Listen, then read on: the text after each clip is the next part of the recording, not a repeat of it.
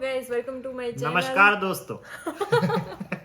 Hello guys, welcome to my channel. तो इस video में हम बात करने वाले हैं चेंजेस के बारे में। सो आप लोगों में से काफ़ी लोगों को पता होगा ही कि कनाडा इमिग्रेशन में काफ़ी सारे चेंजेस आए हैं, तो हम उस बारे में बात करेंगे।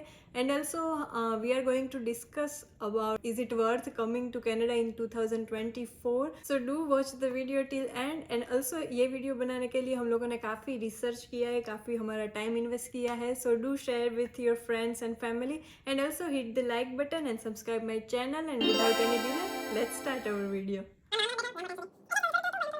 सो अनुज यहाँ पे लाइक 2 साल से रह रहा है। वो दिसंबर 2021 में आया था कनाडा।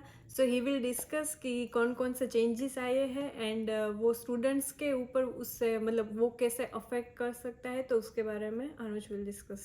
अभी जो सॉरी तो पहला तो आपको चेंज पता ही होगा कि पहले जो जीआईसी जो हमको डिपॉजिट करनी ही है कैनेडियन बैंक अकाउंट में या यहाँ आते टाइम, दैट अमाउंट वाज $10,000.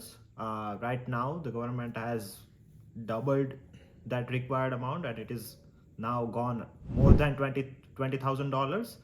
सो ये सबसे बड़ा चेंज है क्योंकि कैनेडियन गवर्नमेंट ने ऐसा बहुत टाइम से कुछ नहीं किया था। बहुत टाइम से $10,000 ही थी। If I talk about like the tuition fees which means college and universities fees, on an average अगर आप 2 साल कनाडा में पढ़ते हो तो आपको आसानी से 35 to 40,000 आराम से लगेंगे। And if you are studying in like a really good university then the fees would go more than 50, 55, 60,000 as well. You can see that the कितना ज़्यादा expense बढ़ रहा है overall just to study in Canada, and that too only for 2 years. Let's say आप या तीन साल या 4 साल का कोर्स या फिर बैचलर डिग्री या फिर ऐसा कोई मास्टर्स डिग्री कर रहे हो, then the expenses would go way higher. तो अगर मैं in general बात करूँ, let's say if you are coming here in Canada in 2024, so $20,000 will go for GIC, 35,000 to $40,000 for 2 years of your fee will go to obviously university and college. And on an average 1 lakh रुपए आप consider कर लो flight ticket के, and all the visa expenses and everything if we consider, आपको लगेंगे at least 33 to 34 lakh rupees.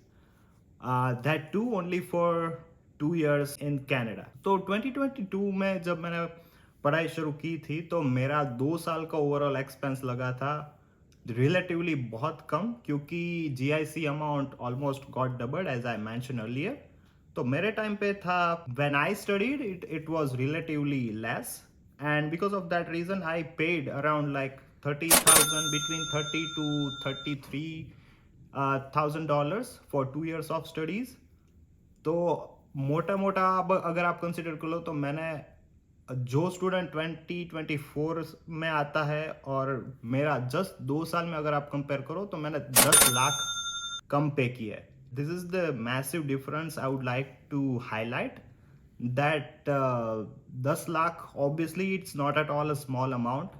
If you are coming from a middle class or lower middle class family, it takes years and years to save up and plan to do such a massive expenses. Okay, so as he said कि काफ़ी सारे changes आए हैं, specially in GIC जो कि increase हो गया है डबल। उसके बाद आती है ट्यूशन फीस, तो ट्यूशन फीस भी काफ़ी बढ़ गई है।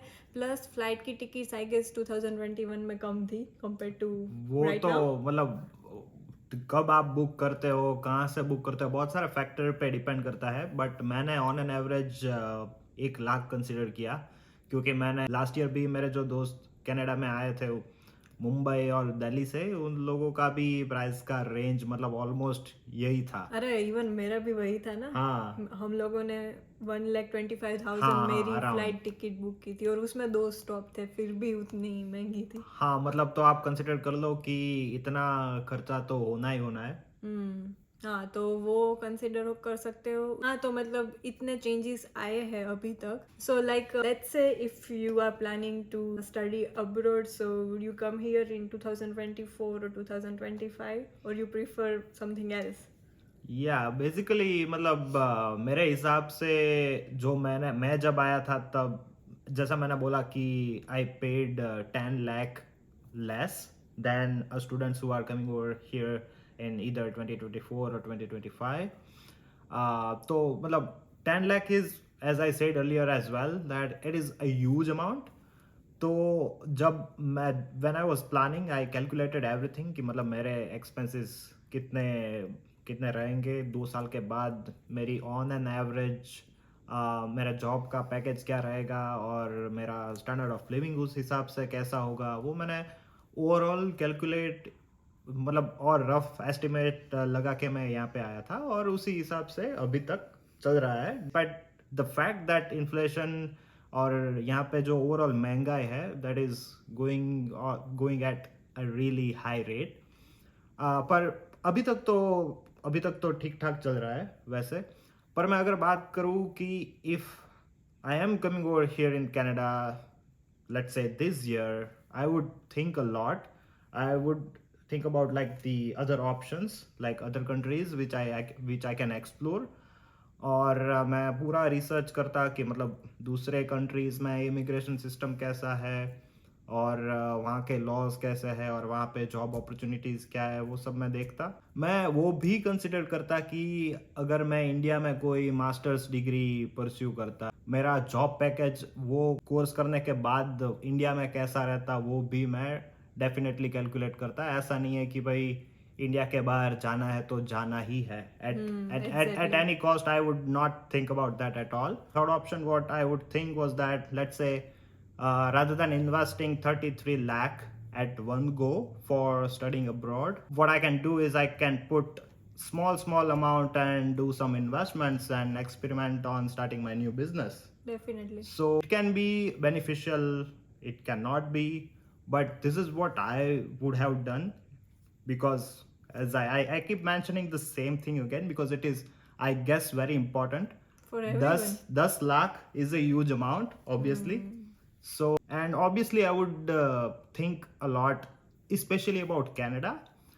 Obviously for US, UK, Australia, I don't have like the proper research right now. But Canada के बारे में मैं ज़रूर 2-3 बार सोचता कि whether I should move here or not. So this is what I would do. Okay तो like ये सारी चीज़ों का आई गेस सबको ही मतलब वो ध्यान रखना चाहिए. So if you are planning to come here, do proper research and like proper planning करके आओ. लाइक आप कौन सा प्रोग्राम ले रहे हैं, उसके बाद आपके पास जॉब अपॉर्चुनिटीज़ कौन सी रहेगी, उसके सामने आपको मतलब अर्निंग कितना होगा, तो वो सारी चीज़ें रिसर्च करके आओ एंड प्रॉपर प्लान करके आ रहे हो तो फिर आई डोंट थिंक कि वो उतना हार्ड नहीं होगा. बिकॉज काफ़ी सारे लोग यहाँ पे अच्छी खासी अर्निंग कर रहे हैं, स्टैंडर्ड ऑफ लिविंग भी अच्छा है, बट उसके सामने लाइक उन्होंने प्रॉपर प्लान किया था, उनके पास वो स्किल्स थी. सो हाँ, एक वो चीज़ भी है कि लाइक अगर आप यहाँ पे आने का सोच रहे हो तो कुछ स्किल्स वहाँ से ही मतलब अभी से वो लर्न करना शुरू कर दो. बिकॉज कंपटीशन तो है ही. अगर आपके पास लाइक कोई भी स्किल्स पहले से होगी तो जॉब मिलना आसान हो जाएगा. Now I would like to highlight one more thing, which is like हमने इस वीडियो में बहुत सारे बार आपको एक्सप्लेन किया कि मतलब स्टैंडर्ड ऑफ लिविंग यहाँ का over the period of time. Let's say मैं तो यहाँ सिर्फ 2 साल से हूँ, पर 2 नहीं पर 4 से 5 साल से यहाँ पे कॉन्स्टेंटली वो क्वालिटी ऑफ लाइफ डिग्रेड हो रही है. उसका मैं एक एग्जांपल, मतलब सबको पता ही होगा कि north America specially US and Canada, जब लाइक जो बच्चे होते हैं लाइक 17-18 ईयर्स के होते हैं, after they start going to college and university, they tend to leave their house.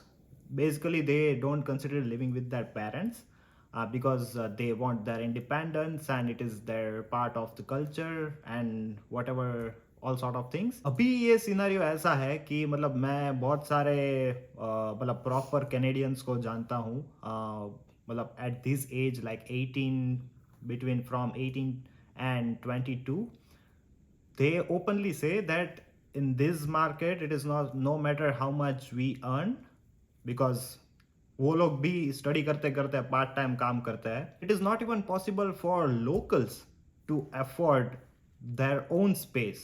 which is a separately like completely different topic, but this is what is going on here. Okay, so that's it for today's video, and obviously this video is not for demotivating you. It's just we are telling you the truth, and if you are planning to come here, just make sure that you gain those skills and you are fully prepared and mentally prepared. And yeah, I mean, it's not like impossible thing. It is possible, but just make sure कि आप वो सारा research करके pre-plan करके आओ. If you are watching this video till now, do hit the like button and also subscribe my channel. It means a lot to me. And do share this video with your friends and family. And I will see you in the next one. Bye bye.